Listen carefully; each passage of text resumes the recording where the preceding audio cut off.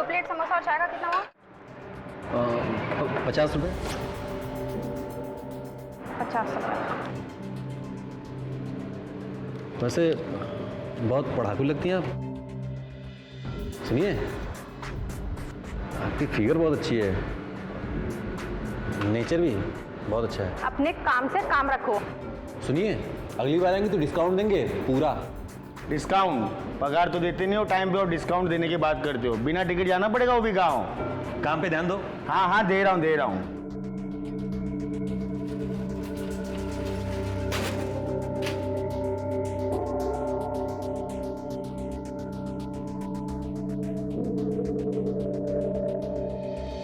ये तो पीछे ही पड़ गई है। मोहित मोहित मोहित मोहित।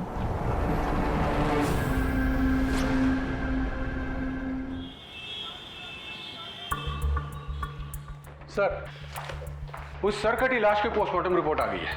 मौत का समय कल रात 10 बजे का है। वजह? छुरा मारने की वजह से मौत हुई। बाद में उसका सर काटा गया। पता चला इलेक्शन किस कॉलेज में चल रहा है? जी सर, जनता कॉलेज। जनता कॉलेज? तो जाकर पता करो उनका कोई स्टूडेंट मिसिंग तो नहीं है। वैसे एक बात समझ में नहीं आई रंजन, कि कातिल ने अपने शिकार का सर क्यों काटा होगा? क्या वजह हो सकती है कि लाश की शिनाख्त ना हो? सर, इस रिपोर्ट में एक और बात है। जिस तरीके से सर काटा गया है उसे देखकर लगता है कि कातिल कोई पेशेवर नहीं था। क्या दादा, दारू पिलाओ। अरे सुनो, आ जाओ, 2 पैक पीते हैं। चप्पल उतारो क्या? अब इतनी भी चढ़ी नहीं कि निकाल दोगी। जाकर अपनी बहन से पूछ, बदतमीज कहीं का। तुम्हारी बहन कहाँ से बीच में आ गई भाई? तुम्हारा मूड है तो बताओ। हेलो,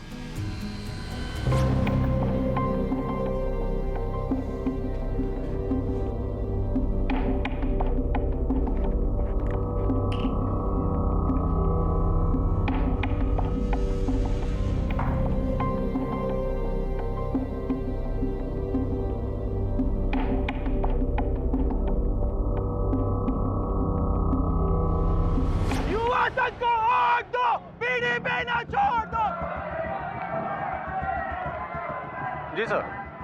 सर, ये जनता कॉलेज में इलेक्शन होने वाला है। जिस उम्मीदवार का इस्तेहार हमें बॉडी पर मिला है वो तो 2 दिन से खुद ही लापता है। हो सकता है लाश पराग गुप्ता की ही हो। तो कहीं विरोधी पार्टी वालों ने तो नहीं मरवाया उसे? हो सकता है सर। सर, इस कॉलेज के कुछ सीनियर लड़कों के कारनामे काफी बदनाम है और ये कॉलेज की पॉलिटिक्स में हिंसा भी बहुत होती है सर। ठीक है, पराग गुप्ता का एड्रेस निकालो। Right sir.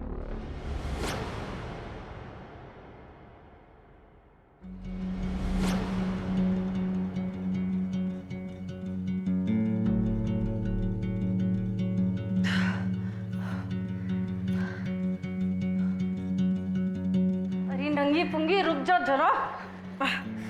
खुद तो खुले खुले कपड़े पहन रखे, हम साड़ी पहनकर कैसे करें? जरा पल्लू तो खोस लेने दे। कार्टून लगाओ ना, हम बोर हो रहे हैं। अरे रुक जा, अभी यहाँ हम खुद ही कार्टून बने बैठे हैं।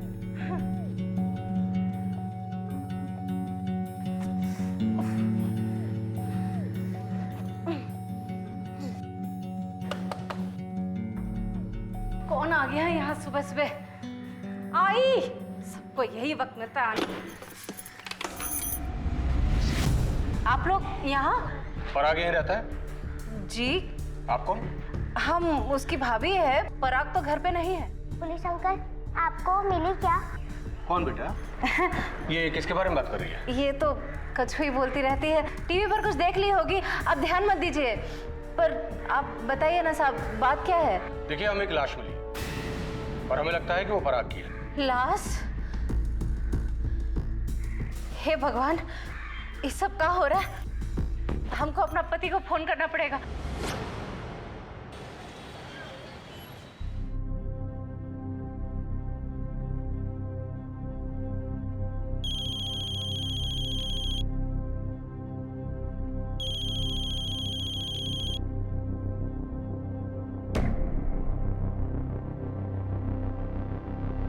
हेलो,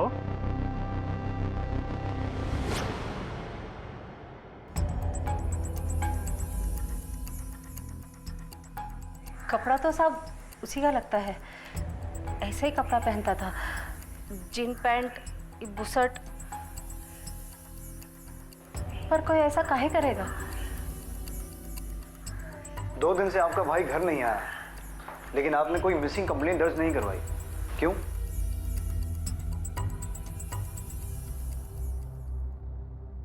वो हमको बोल के गया था साहब कि वो भानगढ़ जा रहा है अपने दोस्तों के साथ। हमको लगा वहीं पे है। 20 तारीख को निकला था साहब वो। सॉरी, हमको उसका और ध्यान रखना चाहिए था साहब। आपको सॉरी बोलने की जरूरत नहीं है। अपने किन दोस्तों के साथ गया था वो? करण और आदित्य के साथ शाम को 5 बजे निकला था साहब। देखिए, बॉडी हमें जिस हालत में मिली है उसकी आइडेंटिफिकेशन के लिए हमें उसका डीएनए टेस्ट करवाना होगा, और उसके लिए हमें आपके घर से सैंपल कलेक्ट करवाना होगा। ठीक है साहब।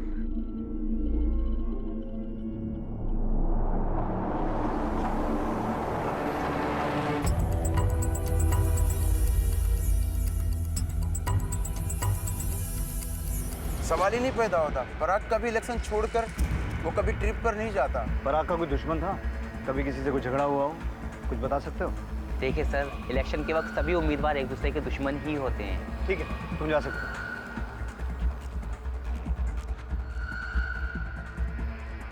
पता करो पराग का बाकी उम्मीदवारों के साथ कैसा इक्वेशन था। पता तो चले ये सच भी बोल रहे हैं कि नहीं।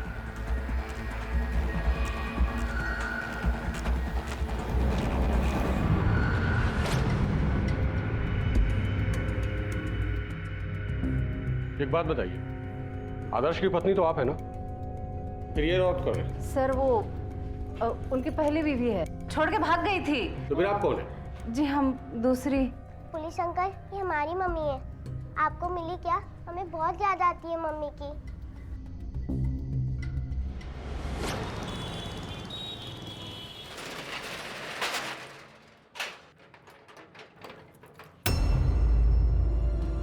पीछे क्यों पड़ी साली? इतनी बार बताया कि पीछा छोड़ हमारा, तो दूसरी भाषा में समझाना पड़ेगा क्या? पीछा छोड़ने के लिए पीछे नहीं पड़े हम, तुम्हारा सब राज जानते हैं। अच्छा, तो क्या करेगी? क्या करेगी? धमकी देगी? साली मार देंगे। एक बात बता दे रहे हैं, अपना ही ड्रामा वाला चैप्टर बंद कर, वरना हम तेरी लाइफ का भी चैप्टर बंद कर देंगे। और अगली बार अपने आप को रोकेंगे नहीं, समझी? चल।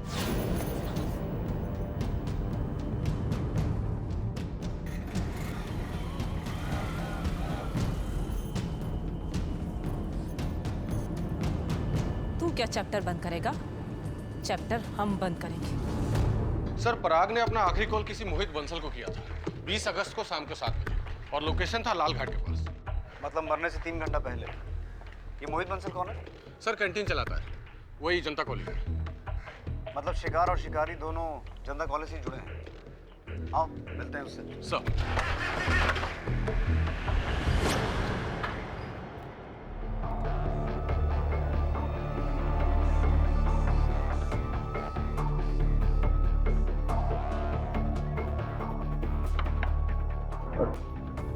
मोहित बंसल जी।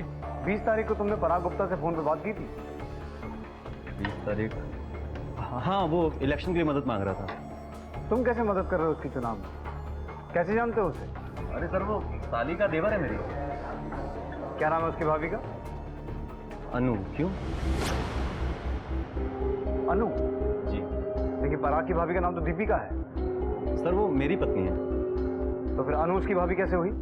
वाकई में बहुत ही अजीब और चौंका देने वाला फैमिली ड्रामा था ये, जहां रिश्ते कपड़ों की तरह बदले गए थे। साधारण सी दिखने वाली दीपिका असल में किसकी पत्नी थी? मोहित की या आदर्श की? और नदी किनारे मिली सरकटी लाश क्या स्टूडेंट लीडर पराग की ही थी? लेकिन पुलिस ने हर सिरे को मजबूती से थामा हुआ था, तहकीकात में कोई कसर नहीं छोड़ी थी। पर यह कैसी दुनिया थी जहां कुछ भी वैसा नहीं था जैसा कि दिखाई दे रहा था। सच सच बताओ, ये क्या अश्लील फैमिली ड्रामा चल रहा तुम लोगों का?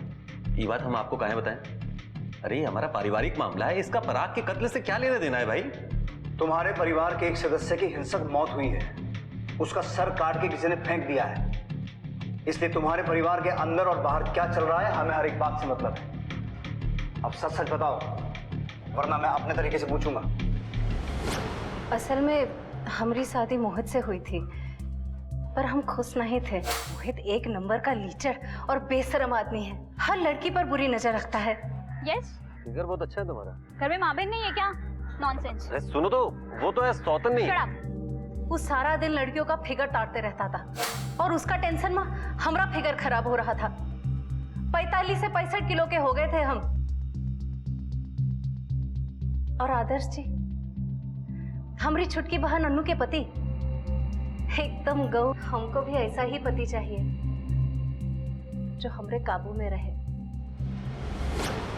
साहब, किसी से लड़ाई झगड़ा करना हमको बिल्कुल भी पसंद नहीं है, लेकिन इसका मतलब ये नहीं है कि हम कायर हैं। और ये बात अनु बिल्कुल भी समझती नहीं थी। वो हमेशा मुझसे दुखी ही रहती थी। और एक दिन जब हम ऑफिस से घर लौटे तो हमें अपनी आंखों देखी पर विश्वास ही नहीं हो रहा था। हम क्या करें कुछ समझ में नहीं आ रहा था। हमने किसी से कुछ नहीं कहा और चुपचाप वहां से चले गए। और देर रात जब घर लौटे तो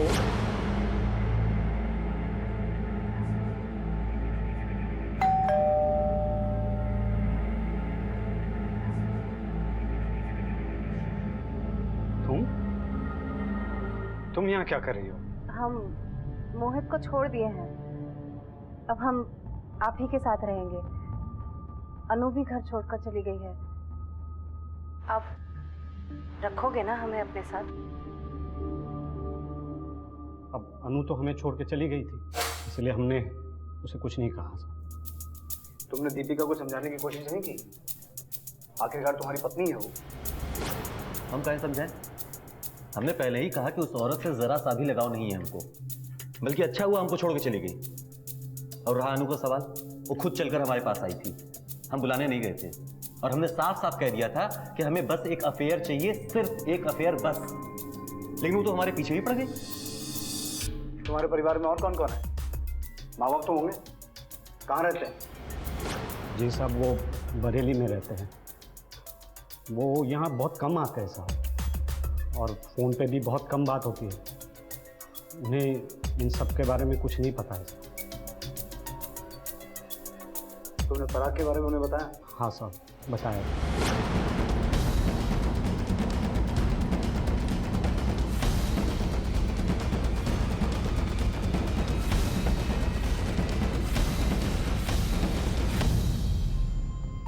सर, एक बात समझ में नहीं आ रही है कि अनु मोहित का स्वभाव जानने के बावजूद भी उसके पास रहने क्यों गई, या फिर दीपिका अपना घर छोड़कर अपने बहन के पति के साथ रहने क्यों गई। जाहिर सी बात है रंजन कि ये परिवार असल बात नहीं बता रहा है, लेकिन पराग गुप्ता का इस सबसे क्या संबंध है? अच्छा, इस तरह की जो और डेड बॉडीज मिली थी उनके बारे में कुछ पता चला? नहीं सर, अभी तक तो नहीं। सर, मैंने पराग के कॉलेज में पूछताछ की। वहाँ पे ये पता चला कि वहाँ पे मोहसिन नाम का एक और उम्मीदवार है, जिसका पराग के साथ कुछ दिनों से टेंशन चल रहा था कॉलेज के इलेक्शन को लेके। एक काम करो रंजन सर, तुम अन्नू के बारे में पता करो, क्योंकि उसकी बहन भी नहीं जानती कि वो कहाँ है। तब तक हम इस मोहसिन को मिलकर आते हैं। Okay sir. को जिताना है, नया बदलाव लाना है। मुस्लिम को वोट दो, धोखेबाजों को छोड़ दो, मुस्लिम को वोट दो। मोहसिन, हमारे साथ चल, तुझसे कुछ पूछताछ करनी है। इंस्पेक्टर जी, किसने बोला आपको? भाईजान को ऐसे नहीं ले जा सकते आप।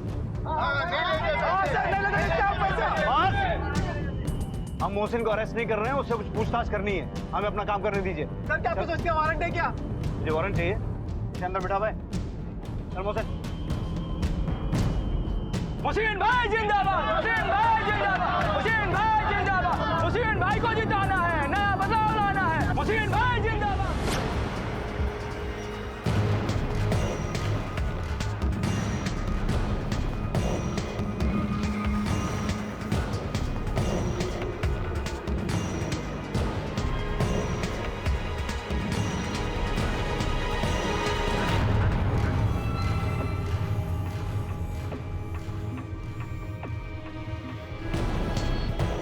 इस औरत को कहीं देखा है? हाँ सर, इस औरत को मैंने ही सरौली छोड़ा। सरौली में कहाँ? तो सरौली में एक चौक के पास कोने वाला मकान। देखिए सर, इलेक्शन का टाइम चल रहा है, ऐसे में पार्टियों में कहा सुनी, लड़ाई झगड़ा, दंगा फसाद सब होता है। कहाँ नहीं होता है बताइए? तो इसका ये मतलब थोड़ी है कि हम अपने विरोधी का गला ही काट देंगे। क्यों? हो क्यों नहीं सकता? और तेरे खिलाफ तो पहले से 29 केस चल रहे हैं। मारपीट, धोखाधड़ी, दंगे के लिए उकसाना। देखिए साहब, ये जो भी आप इल्जाम लगा रहे हैं ना, सब झूठ है, फालतू है। अब आप खुद बताइए कि आज के टाइम पे गलत केस फाइल करना कितना आसान है। और खास करके हम जैसे इज्जतदार नौजवानों का। लेकिन हमने भी ठान लिया है कि हम नाइंसाफी के खिलाफ लड़ेंगे और हम वो करके रहेंगे। तो ये बता 20 तारीख को शाम 5 से रात 12 बजे तक कहाँ था? 20 तारीख को सर, वो आपको पता है ना इलेक्शन का टाइम चल रहा है सर, तो बस अपने समर्थकों के साथ निकल पड़े थे, पूरे शहर में घूम रहे थे, कहीं पोस्टर लगा रहे थे, कहीं प्रचार कर रहे थे। बस अब एग्जैक्टली कहाँ पे, किस समय, किस वक्त पे थे वो बताना मुश्किल है।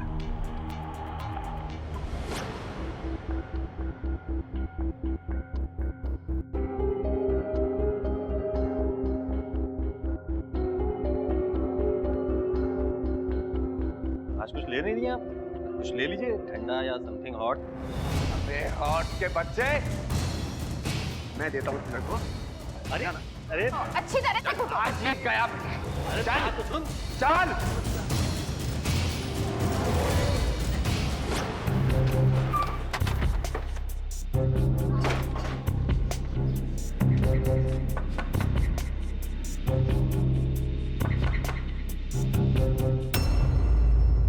तुमसे कुछ पूछताछ करनी है पराग के मर्डर के बारे में। हम जानते हैं कि हमारे देवर पराग को किसने मारा है। किसने?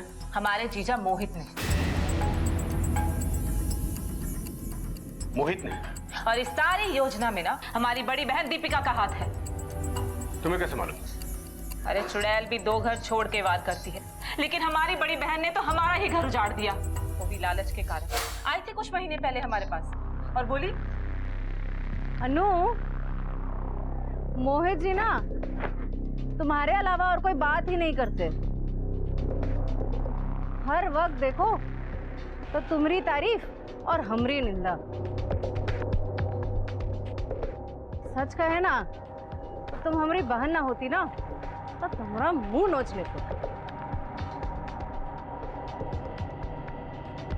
सच्ची कह रही हो दीदी? जीजा जी हमें इतना पसंद करते हैं, वो तो एकदम हीरो जैसे हैं। हम भी कहें एक बात, अगर आप हमारी बड़ी बहन ना होती ना तो हम भी आपसे बहुत जलते। और एक हमारे पति हैं, ना शकल में अच्छे और ना ही बोलचाल में। अनु, एक बात कहे, घबरा तो नहीं जाओगी? क्या मतलब? धत, पागल हो गई हो क्या? नहीं, सच्ची कह रहे। अरे हम मजाक नहीं कर रहे हैं, पति बता लेते हैं। वैसे भी तुमको मोहित जी पसंद है और हमको भी ना आदर्श जी से जैसे पति चाहिए। और माँ बाबू जी? वो कहाँ इधर आने वाले हैं, वो तो गांव में रहते हैं ना, किसी को पता नहीं चलेगा। चले गए हम अपने जीजा के घर, और अपने घर की चाबी हमने अपनी बहन को दे दी, और हमारे जीजा मोहित हमें 2 दिन में छोड़ के चले गए। और हमारी बड़ी बहन ने तो हमारे घर में डेरा ही जमा लिया। हमने जाने की कोशिश भी की, लेकिन हमारी बहन ने हमें अंदर घुसने ही नहीं दिया। अरे अरे, यहाँ कहाँ घुसी चली आ रही हो? अब इस घर पे हमारा हक है, तुम यहाँ नहीं आ सकती। हाँ मतलब, ये हमारा घर है। तुम ही तो गई थी ना अपना घर छोड़कर मोहित के पास, अब जाओ उसी के पास। तुमने हमको मोहित के बारे में झूठ बताया ना, उल्लू बनाया ना हमें। तो कुछ छोड़ेंगे नहीं, हम छोड़ेंगे नहीं तेरे को। बेवकूफ समझती होगी तुमको, हम बेवकूफ है नहीं, समझे? बेवकूफ तुम हो, इसीलिए तो बन गई। अब जाओ, निकलो यहाँ से। हमारा घर है, मैं छोड़ कर नहीं जाऊंगी। चलो निकलो। और हमारे पति आदर्श, वो तो 1 नंबर के कायर है। हमें हमारे जीजा के साथ बिस्तर पे देख के भी चुपचाप बैठे रहे, कुछ नहीं कहा उन्होंने, और एक ही झटके में हमारा बसा बसाया घर उजड़ गया। तुमने अपनी गृहस्थी खुद उजाड़ दी, और मोहित पर तुमको शक क्यों है? क्योंकि मोहित और पराग के बीच में झगड़ा हुआ था, हमने अपनी आंखों से देखा था। अभी सोचे नहीं थे कि तुम इतने घटिया आदमी निकलोगे। शर्म नहीं आई तुमको? काहे की शर्म आएगी? अपनी औकात में रह के बात करो, पहले बड़े हो जाओ, बातों को समझना सीखो। समझ में आया तुमको? सब समझ रहे हैं। और फिलहाल अभी जाके चुनाव खेलो तुम। शरीफ आदमी समझ के तुमको अपनी कैंटीन का ठेका दिलवाया था हमने, और तुमने हमारी भाभी को नहीं छोड़ा। तुम्हारी भाभी तो बहुत दूध की धुली हुई थी। जुबान संभाल के बात करो। अरे जाओ, नहीं तो तुम्हारी उम्र का लिहाज भूल जाएंगे हम। हाँ यही कर सकते हो ना तुम। बस करो, बहुत हो गया। अच्छा, तो इसलिए मोहित ने पराग को मार दिया और उसका सर काटकर मंदिर में बलि चढ़ा दिया। सर सब बनाया हुआ बात है, बिल्कुल ध्यान मत दीजिए इसकी बात पे आप। क्यों, तुम्हारा पराग के साथ झगड़ा नहीं हुआ था? बिल्कुल नहीं हुआ था, खुद चुनाव के लिए हमसे मदद मांगने आया था। और हमसे ज्यादा प्रॉब्लम पराग को इससे थी। झगड़ा हुआ था हमारे सामने इससे। कैसी कैरेक्टरलेस औरत हो तुम?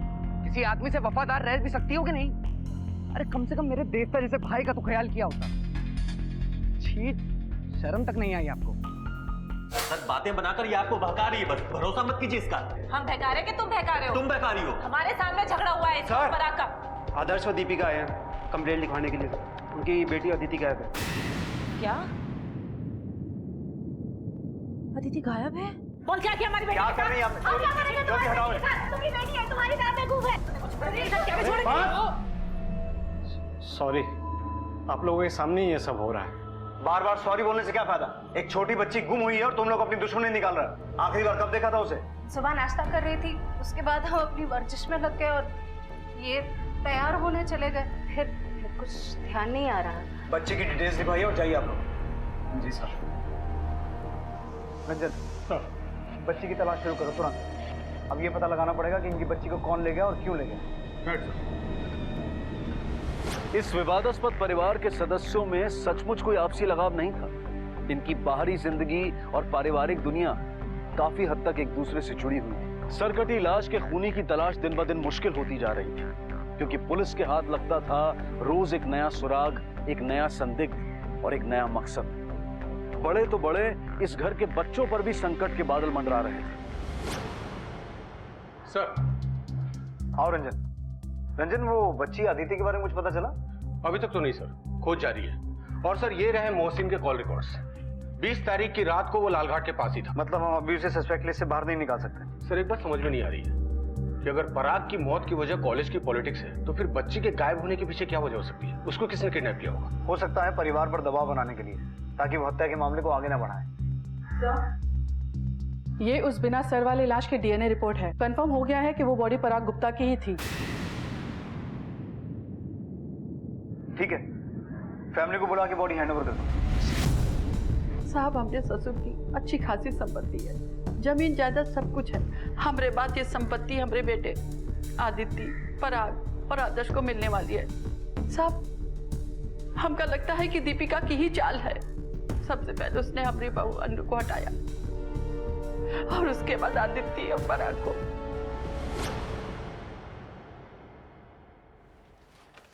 Thank you.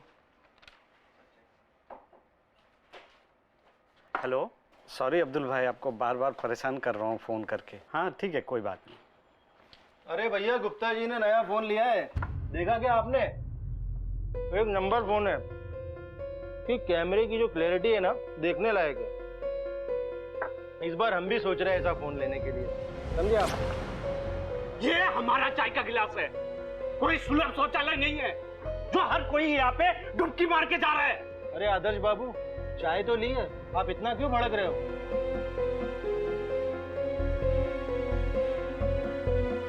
अरे हमारे भाई को किसी ने मार कर उसका गला काट कर फेंक दिया है। हमारी बेटी अदिति हमें मिल नहीं रही है। हम कितने दिनों से परेशान घूम रहे हैं, आप लोगों को दिखाई नहीं दे रहा है क्या? कोई हमें को नोटिस ही नहीं करता है। कोई हमें धक्का मार के चला जाता है, कोई हमारे चाय के गिलास में बिस्किट डुबो के चला जाता है, कोई भी टिफिन खा लेता है अपना। बस हमने बहुत सह लिया, बहुत सता लिया आप लोगों ने, अब हम नहीं सहेंगे। सुन रहे हैं? हर एक ऑफिस का ना एक सिस्टम होता है, नहीं सहेंगे। अरे हटिए। तो ये सारी प्लानिंग तुम्हारी थी? हाँ, हम जानते थे जायदाद के बारे में, इसीलिए हमने ये सब किया। आदर्श जी से प्यार का दिखावा किया। तो पराग को तुमने मारा? नहीं, हमने किसी को मारा नहीं है। हम ये सब नहीं चाहते थे। हम तो बस अमीर होकर सुख से रहना चाहते थे। तुम अपने आप को बहुत तेज समझती हो, सबकी जिंदगी के साथ खिलवाड़ किया है तुमने। अब बयान देने से पहले अच्छे से सोच लो, क्योंकि अगर तुम्हारा बयान गलत हुआ तो बहुत बुरा अंजाम होगा तुम्हारा, क्योंकि हमें तुम बहुत आसानी से बेवकूफ नहीं बना सकती। जी सर। सर। अदिति, ये कहाँ मिली? सर ये स्टेशन रोड पर ट्रैफिक हवलदार को रोती हुई मिली, वो इसको यहाँ छोड़ गया। इसके परिवार वालों को बुलाओ। सर। अच्छा मुझे एक बात बताओ, कहाँ चले गए थे आप? दीदी दीदी बेटा कहाँ गए थे तुम? कहाँ चले गए थे? हाँ आपको ढूंढने। मुझे ढूंढने गए थे? हाँ दीदी, बेटा मुझे बताओ कहाँ गए थे आप? मैं मम्मी को ढूंढने के लिए गई थी और मुझे समझ नहीं आ रहा था कि मैं कहाँ जाऊँ। मम्मी कहीं चली गई थी और मासी मम्मी बन गई थी। मम्मी को कोई ढूंढने नहीं आया था, इसके लिए मैं चली गई। बस बहुत हो गया, हमें हमारी बेटी मिल गई और हमें कुछ नहीं चाहिए। चलो अदिति। अदिति को कहाँ ले जा रही हो? वो अब हमारे साथ रहती है। छोड़ हमारी बेटी को। मैंने कहा छोड़ हमारी बेटी को। लग जाएगी इसको। धोखे से हमारे घर और पति को तो अपना बना ही लिया, अब हमारी बेटी को भी छीनना चाहती हो। बंद कीजिए तमाशा, बंद कीजिए। इस बच्ची को मोहरा बनाकर आप लोग अपनी लड़ाई लड़ रहे हो।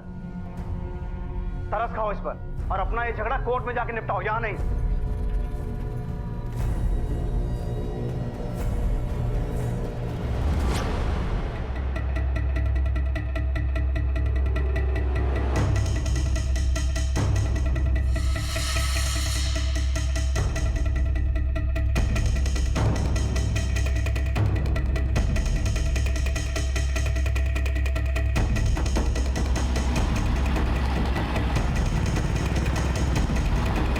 लगता है ये मोहित ही है।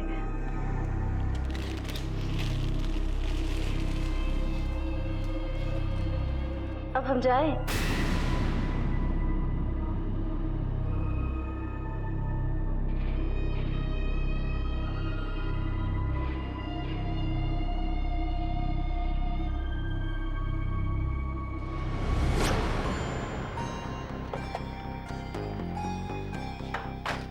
सर, ये दीपिका तो काफी कठोर किस्म की औरत है। उसके चेहरे पर एक सिकन तक नहीं थी, जैसे कि उसको सब पहले से मालूम हो। लेकिन अब वो मोहित को क्यों मारेगी? उसे तो पहले ही छोड़ चुकी। सर हो सकता है अनु ने मारा हो, उसके पास तो सॉलिड मोटिव भी है।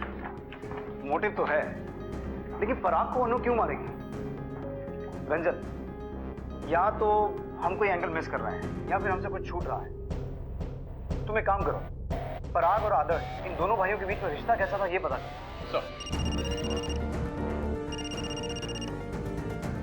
हाँ बोलो। ठीक है, नजर रखो उस पे। सर, 2 दिन पहले मोहित और मोहसिन में बहुत बड़ा झगड़ा हुआ था कॉलेज की कैंटीन में, और मोहसिन कल रात को देखा गया था अनंतपुर में, जहां से हमें मोहित की लाश मिली थी।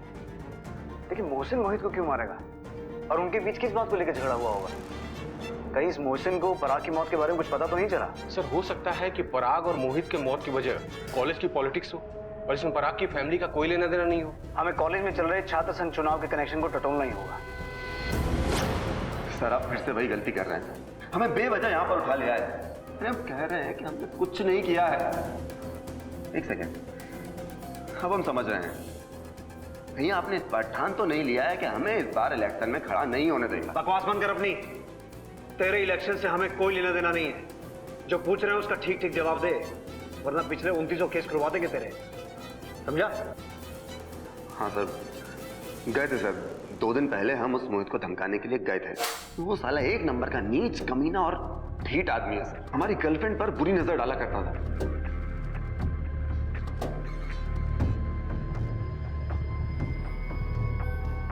आज कुछ ले नहीं दिए आप? कुछ ले लीजिए, ठंडा या समथिंग हॉट। अबे हॉट के बच्चे, मैं देता हूँ तेरे को। अरे अरे अच्छी तरह से आज ये गया। चल चल। हमने भी ठान लिया कि इसको एक ना एक बार ढंग से समझाना पड़ेगा। कैसे? उसका सर काट के खंभे पे लटकाने वाला था? सर हम कह रहे हैं ना कि हम नहीं मारे उसे। उस दिन हम उसके पीछे पीछे गए थे, लेकिन आधे रास्ते में हमारी बाइक खराब हो गई और वो कहीं आगे निकल गया, कहीं दिख ही नहीं रहा था। तो तूने उसे खोजा नहीं? खोजे सर, काफी देर तक खोजे। वो तो नहीं मिला, लेकिन उसकी बाइक हमें सड़क के किनारे पर पड़ी हुई मिली। हमने आसपास देखा लेकिन समझ में नहीं आया, और रात भी बहुत हो चली थी, तो फिर हम वहां से निकल आए। जहां तुझे उसकी बाइक मिली उसके आसपास कुछ देखा? ऐसा कुछ खास तो दिखा नहीं, लेकिन वहाँ पे पास में एक ग्रे कलर का स्कूटर था। नंबर में आखिरी का नंबर था। देखिए, मोहित को हमने मारा है, लेकिन पराग को हम क्यों मारेंगे? और फिर दोनों को मार के उनका सर क्यों काटेंगे? हम का आपको मेंटल दिखते हैं? सर, वो ग्रे कलर का स्कूटर अनु के घर पर नहीं मिला। वहाँ होगा तो मिलेगा ना सर। मतलब ये कि स्कूटर हमारे नाम है, तो क्या हमने मारा है? आप लोगों ने ये तो पूछा नहीं कि वो स्कूटर है कहाँ। सर वो स्कूटर हमें दहेज में मिला था और हमने चलाया भी नहीं। आदर्श जी ने तो बहुत पहले ही उसे बेच दिया था। अगर बेच दिया था तो रजिस्ट्रेशन अभी तक तुम्हारे नाम पे क्यों है? इस बात का जवाब हमें आदर्श ही दे सकता है कि वो स्कूटर बिका भी या नहीं, और अगर बिका तो किसे बेचा गया।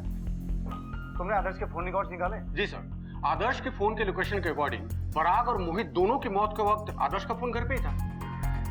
अब या तो ये इनोसेंट है और हमें अपना इन्वेस्टिगेशन नए तरीके से शुरू करना पड़ेगा, या फिर बड़ी चालाकी से हमें गुमराह कर रहा है। क्या आदर्श जैसा बंदा ये काम कर सकता है? मेरा मतलब सर काट कर। रंजन, यही बात तो कंफ्यूज कर रही है। तुम इस आदर्श पर 24 घंटे नजर रखो। Okay sir.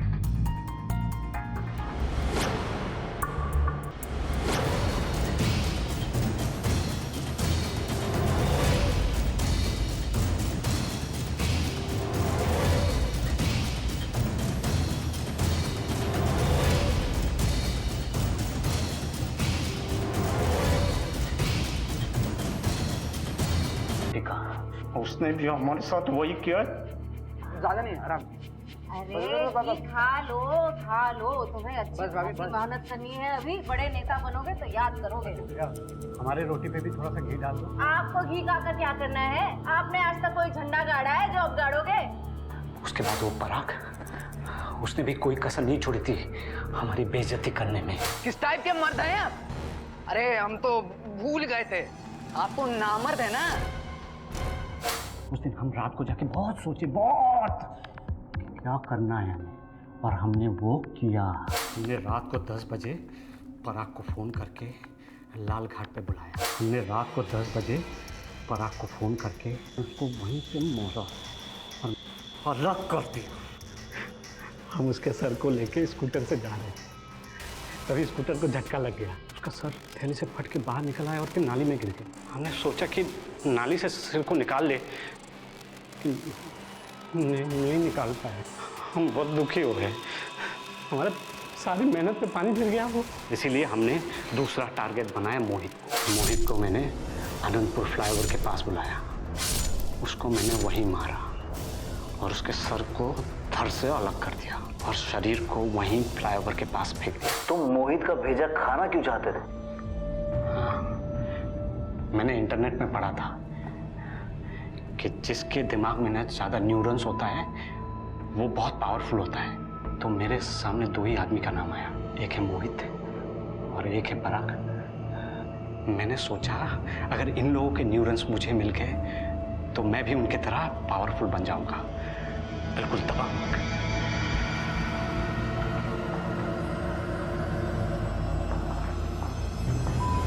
अक्सर जब कोई इंसान अपनी बातें अपने मन में दबाकर रखता है, उन्हें व्यक्त नहीं करता, जब वो इंसान अपना आक्रोश व्यक्त करता है तो कई बार वो अपना संतुलन, अपनी मानवीय समझ खो बैठता है और ऐसे में वो समाज के लिए खतरनाक साबित हो सकता है। यहाँ एक और बात भी है कि इंटरनेट पर मिलने वाली हर इंफॉर्मेशन सच नहीं होती।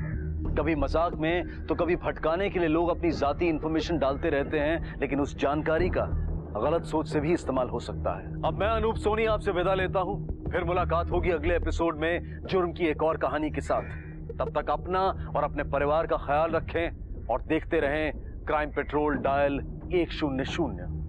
सबक 1 को सीख